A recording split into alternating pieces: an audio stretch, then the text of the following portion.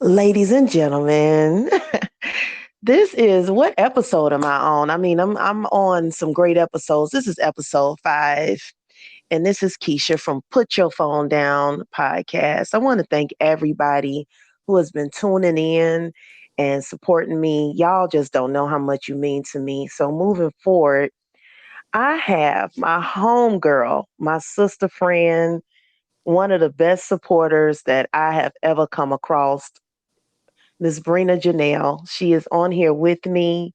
And Brina, I just want to say thank you for, tackling this subject with me. Thank you for having me. I just have to say too that you really are doing your thing with this podcast. I look forward to each episode. I'm glad you brought it back for season 3.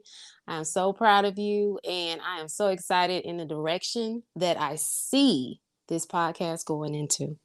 This is what I'm talking about, y'all. This You got to get yourself a support system. And what we did just organically, we decided we were talking on the phone one day. So this is not an interview by any stretch of the imagination, but this is basically a word.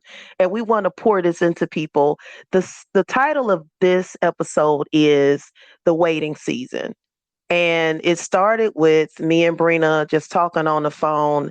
And we don't take light with that subject. And just from us talking, a podcast episode was born. And so it's like, what does the waiting season look like for both of us? It gets heavy, don't you think? Yes, it can, man, depending on how you perceive it, you know, um, you can feel frustrated, Hmm. depressed. I know I felt all of those emotions. I felt angry, Hmm. even angry with God. I felt Yep. that, Lord, I'm praying and I'm doing all of the things that I believe you've asked me to do. And here I am still waiting. So I think a lot of people deal with that. And the answer is, okay, so what do I do? Yep. Yeah. And that's exactly right. I think that a lot of people's immediate reaction is to get angry at God. I think Mm. that that's where me and you joked one time and was like, we stopped talking to him until one day we found ourselves talking to him, like, dang it, I'm talking to you. But it's like what you said, depending on their waiting season. Some people been waiting a very long time for an answer, and they keep and in your waiting season, you may see others surpass you. So it's like, how do you deal with that? How do you continue the faith and saying, I know it's meant for me. I know my time is coming. How many times do you have to say that? And then you look up and you still feel like you are in your waiting season. Right. And the Bible does say that if we just have the faith of a mustard seed, and that mustard seed is so small. I think it's like 1 milliliter. So you only need a little smidgen of faith to move a mountain. So if you still have faith that God will bring you out of your situation, faith that in his word that he gave you, that he will actually do what he said. Hmm. I believe That's also important. Mm-hmm. it is. And I also believe in that waiting season, we have like some tools laid out in front of us. I don't think we just waiting for nothing. I think that it's these tools laid out in front of us, and we supposed to use each and every one of them for us to be carved in the image that he has made, So for a very long time, I was living in the image I wanted. And I was trying to tell God, no, player, you got this wrong. This is what I want to be. So I never used the tools that was in front of me. I always pretty much dimmed my light because, look, I don't want to apply pressure to myself. I don't want to use these tools because it's going to be too much requirement. It's like having a job. And when you at your job, you might be a little bit quicker. You might be a little bit more, whatever, better than someone else. A lot of people sleep on themselves at work because they know the minute it's spotted, the more requirement it's gonna have of you. You know, Mm, I didn't want that pressure. I was like, I don't want to grow. I don't want to use these tools. I don't. And so I feel like a lot of the times that's why we are in that waiting room because he's not gonna budge. He like, no, use mm, these tools, and mm-hmm, then you can kind of start scooting up out of the waiting season. But as long as you have these tools and you don't use them, you wait and you watch and you can get mad all you want. But mm-hmm. we have not picked up the tools that he has for us. I think that's the way I look at it too. I agree with you 100% about the tools. The waiting season, you feel like you waiting on God. He may be actually waiting on you. Like you said, waiting on you to pick up the tools, waiting on you to do what he called you to do. He could be waiting on you, but what are you doing? Are you just being stagnant and waiting and crying? Or are you proactive? Are you using this time to prepare? Like you said, use the tools. Are you learning something new? Are you studying? Are you doing self improvement? It's things Hmm. that we can do while we wait. And that's the thing. I'm gonna speak for myself because I was gonna say we, but I'm gonna speak for me. Mhm. I didn't. I've chose to be angry. Now people know me as being bubbly and all that, but there is a side of me that can get very, very angry, right? Mhm. And it's mostly because I ignored my tools. I ignored my callings. I ignored what he was asking and requiring for me to do. And I chose that energy to be mad at other people. Waiting seemed like punishment for me. So, as you know, I've shared a few stories where I would be waiting on something and it would take years. I would sit and watch my friends do it with ease. And instead of me applying what I needed to apply, I would get pissed. Like, okay, all right, Lord, I see where it's going. You just got me sitting here watching other people. Okay, cool. It turned and it actually delayed because when I started applying what I needed to apply, not only did I get what I was looking for, I got more. I didn't realize that it was things going on behind the scenes. You know what I'm saying? Like Mhm. God made it so where not only what I wanted was presented, I had the money to do different things with it. And it was like, oh, I spent all that time being mad at you. But when it was time for me to get what I was working toward, I walked straight through the damn door. And I'm cursing on this one. I'm so sorry. I know we talking about waiting on the Lord, but hey, The I Lord come with some understands. flaws. Exactly. I come with some flaws. I am a cursor. But I didn't realize that's how God worked. I didn't realize that waiting was actually preparation. It's just worded different. I just knew that if I didn't get it and I felt I was working hard for it, that I was gonna be mad at him. I was gonna treat him like Mm. man, like, "Oh, okay, cool. Cause I know you see I'm working out. I know, but I'm still waiting. Okay, cool. You know what I'm saying? So Do you that's think what it's it's Do you think it's a sense of entitlement? Because I know I felt that way when I was waiting, that, Lord, I'm praying, I'm fasting, I'm trying to live this holy life, and I'm still not getting what was promised to me. I felt entitled, like, okay, I deserve this. hmm I'm living righteously. What's up? So yeah. did you feel like that you were entitled, like kind of almost, dare I say, God, you owe me? Yeah. you know so how did you come out of that though? Man, I'm still battling. But the Mm, best way I came out of it, honestly, and this is just the realest conversation, I I heard him clearly during the pandemic. So everybody looked at the pandemic and through their lens. mhm, When I was faced with this, um, I was just about to climb up in a position at my job at the time. And of course the pandemic hit. When the pandemic hit, I was, chilling like everybody else. Like, okay, I ain't got to go to work. Let me collect a little stimmy. Let me let me, sit and collect unemployment. But I had absolutely no goals after that.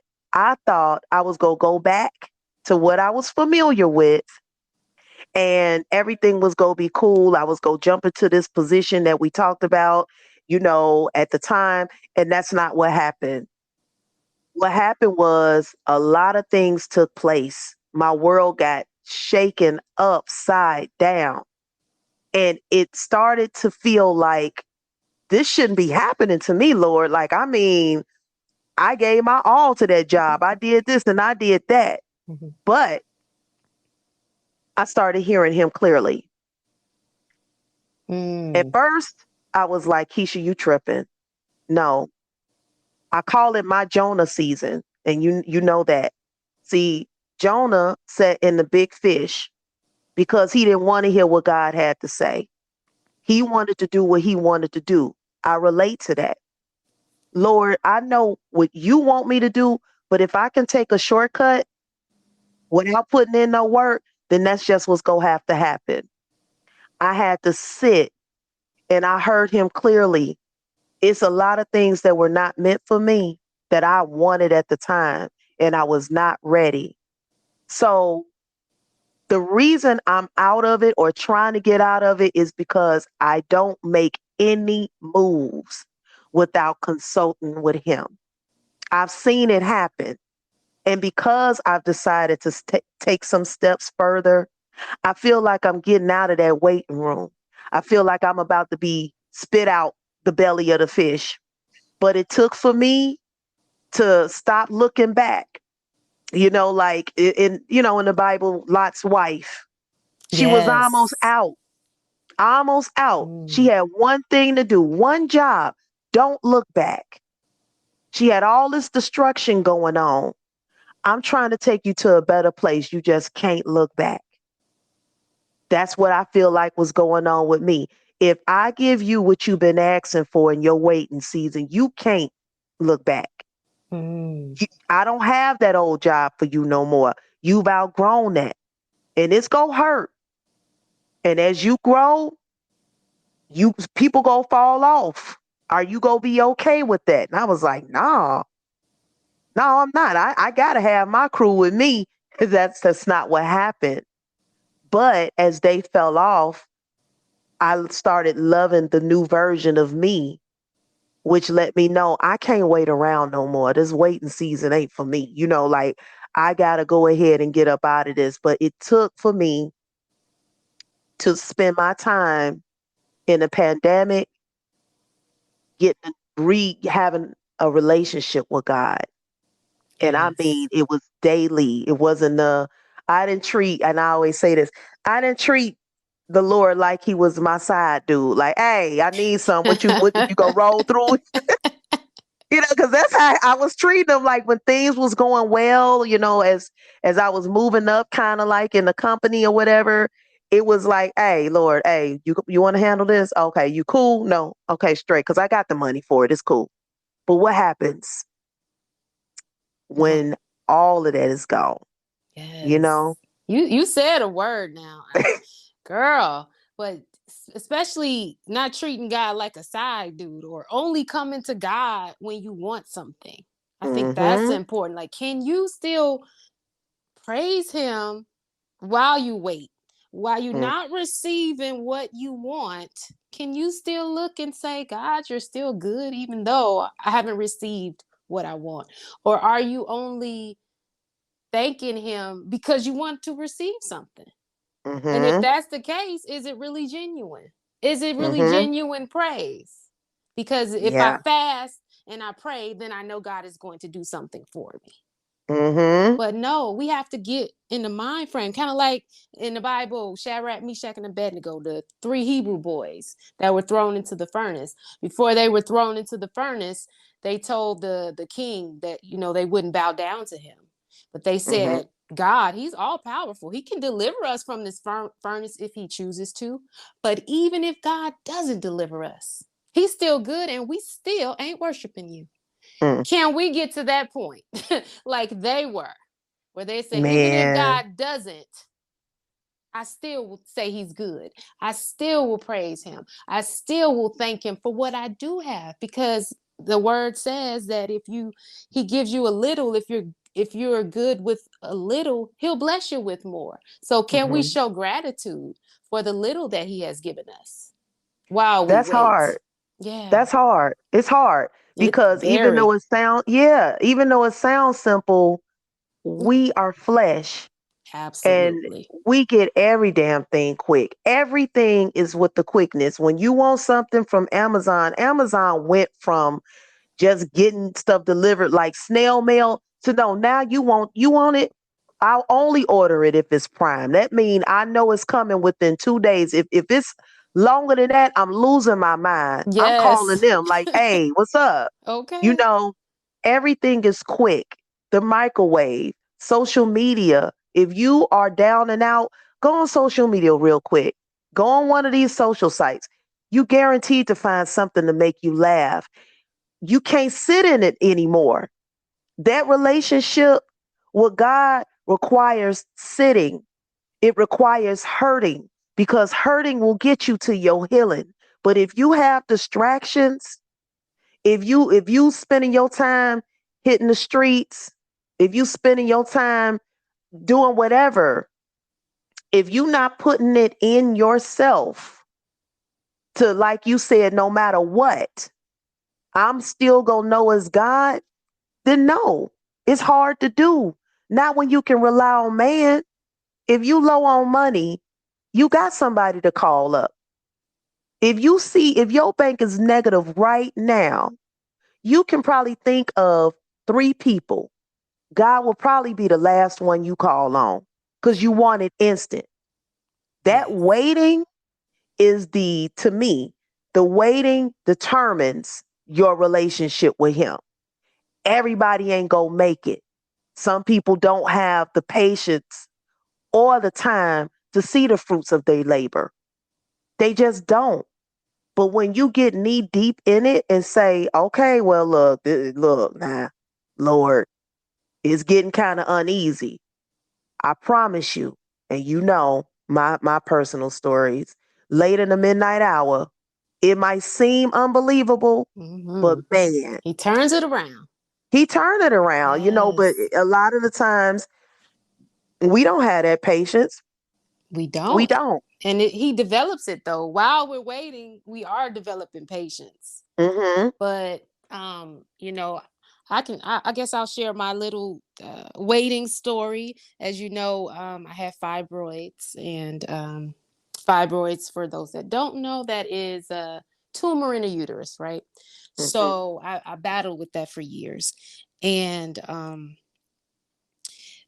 I went to this first doctor I went to, I went to her for an entire year. I had to go through different tests, and it was a waiting period because I had a history of blood clots. So the doctors were afraid to basically work on me because of my history with blood clots. So I was going to this one doctor, and she was like, she could do my surgery, but I had to jump through hoops. Okay, so finally jumped through all the hoops a year later. um, the day before I'm scheduled to go to surgery, she calls me into her office, and she's like, I can't do your surgery. And I'm like, why not? And she's like, well, the hospital that I work out of, we don't have a trauma unit. And I'm thinking, you knew you didn't have a trauma unit when you first saw me a year ago, but now it's on your mind you can't do the surgery. So she's like, no, but I'll refer you to another doctor. I was like, are you kidding me? At that time, my fibroid it had grown to like 7 month pregnant uterus. So can you imagine walking around being in pain day in, day out? And I was praying to God, Lord, what's going on? So when that fell through, I got depressed.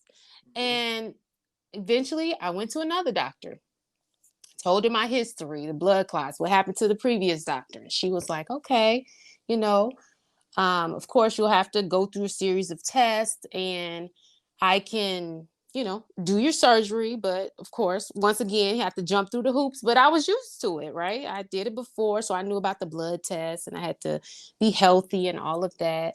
Um, Waited, dealt with her for about a year. And the night before my surgery, kid you not, the doctor called. She was Mm. like, "Oh, I won't be able to do your surgery." I said, "What?" She was like, "Yeah, I spoke to my husband. Her husband was a doctor. And she was like, I just feel so uncomfortable since you have a history of blood clots. But I'll refer you to this other doctor and he can definitely do it." I was like, "Come on." Man. Are you kidding me? Lord, what is this? Really? So I did not contact that doctor right away. I was just so depressed and angry and frustrated. And my good, so probably maybe 3 months later, I was like, okay, let me pick myself up. Let me try to get out of this depression. I have to do something because if I don't call, then I know that I'll just get sicker. So I had no choice, right? I said, at least maybe, God will finally answer. And so I contacted that doctor, saw him, and he was like, "Oh yeah, I can do your surgery." He's like, Mm. he was like, "Actually, I was the teacher of that previous doctor." He's like, "I taught her everything she knows." He's like, "Sure, that's simple." I was like, "What? Really?" He's like, "Yeah, let's plan your surgery now." I was like, "What?" And I kid you not, like 2 weeks later, I was getting my surgery. There you go. And he was the perfect person to do it. And I really believe that doctor was a man of faith because Hmm. when he saw me, um, I was in the waiting room and I could hear how he interacted with the nurses and staff. He was so pleasant. You could, because a lot of times doctors, they can be nice to the patient, but they're just they terrorize their nurses and staff. But I heard how he spoke to them. He was just so pleasant and friendly and nice. And when I went to tell the people I was coming to see him, their face lit up. So he was known at the hospital. He was just a pleasant person. And I realized that he was the perfect person to do that surgery for me. So I said all that to say sometimes we're waiting a long period of time because I was waiting about 3 years. Hmm. Sometimes God has us waiting because he sees the end. He knew that that was the perfect person to do that surgery because who knows what would have happened if the previous doctors had operated on me.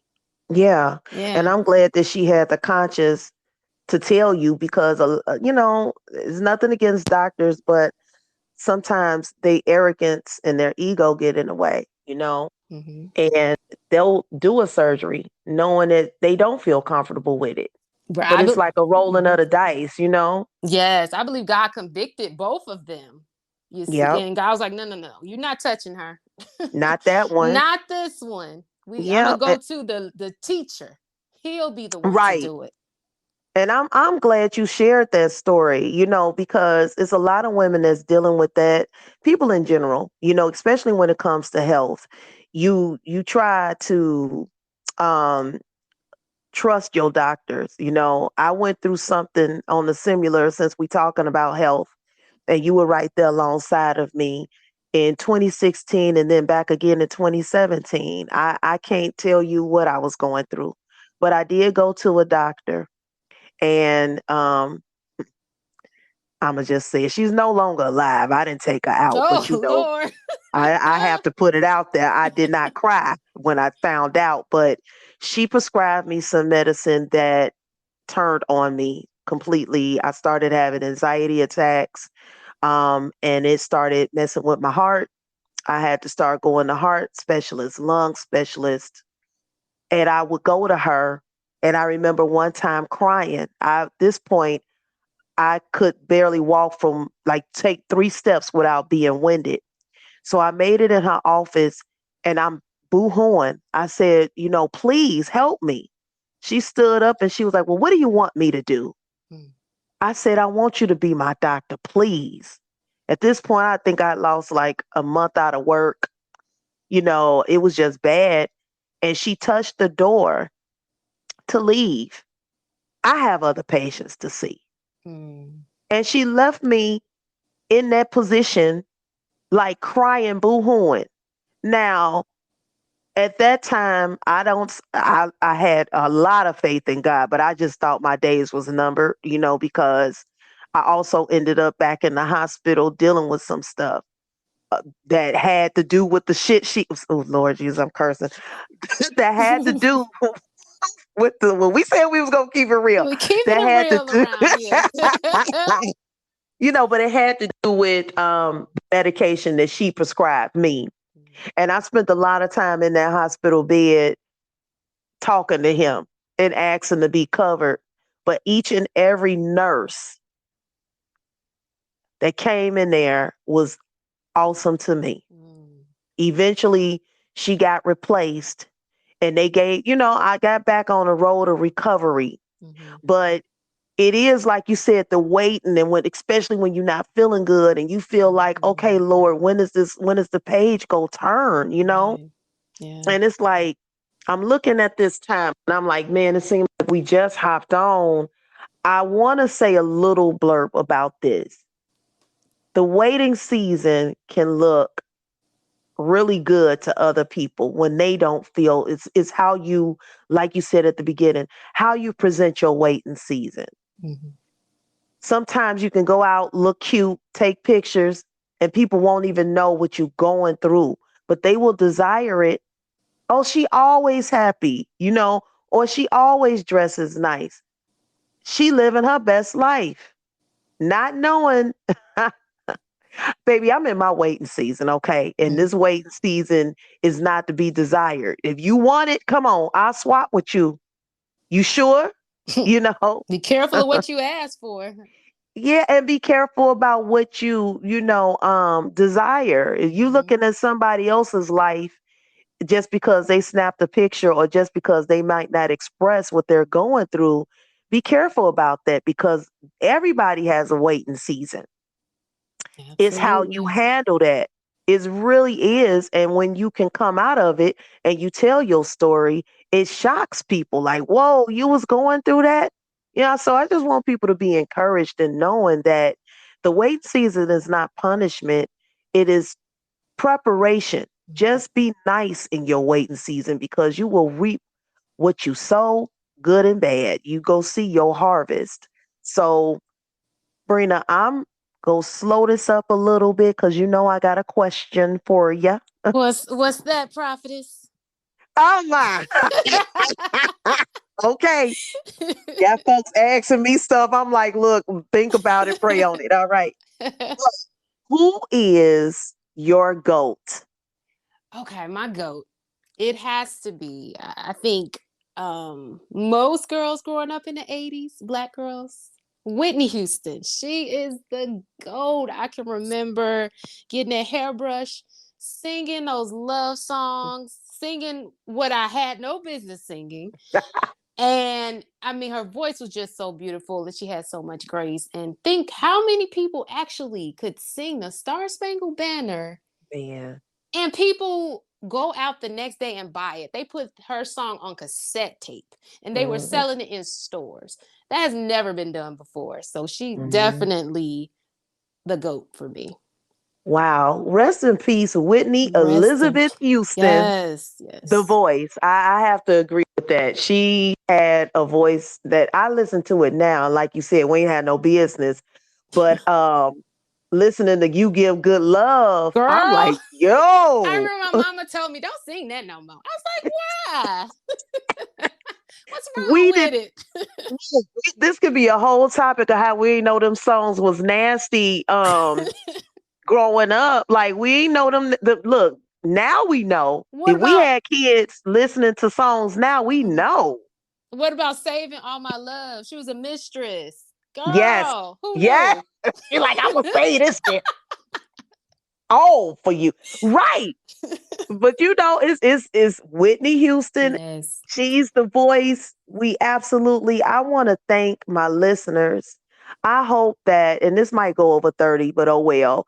I hope that in this it touches somebody in knowing that you are not alone. It's how you choose to do your waiting. Be nice to people, smile at them. That costs nothing. Hold on to your faith because, like Brina said, it's very little, but that's all he requires of you.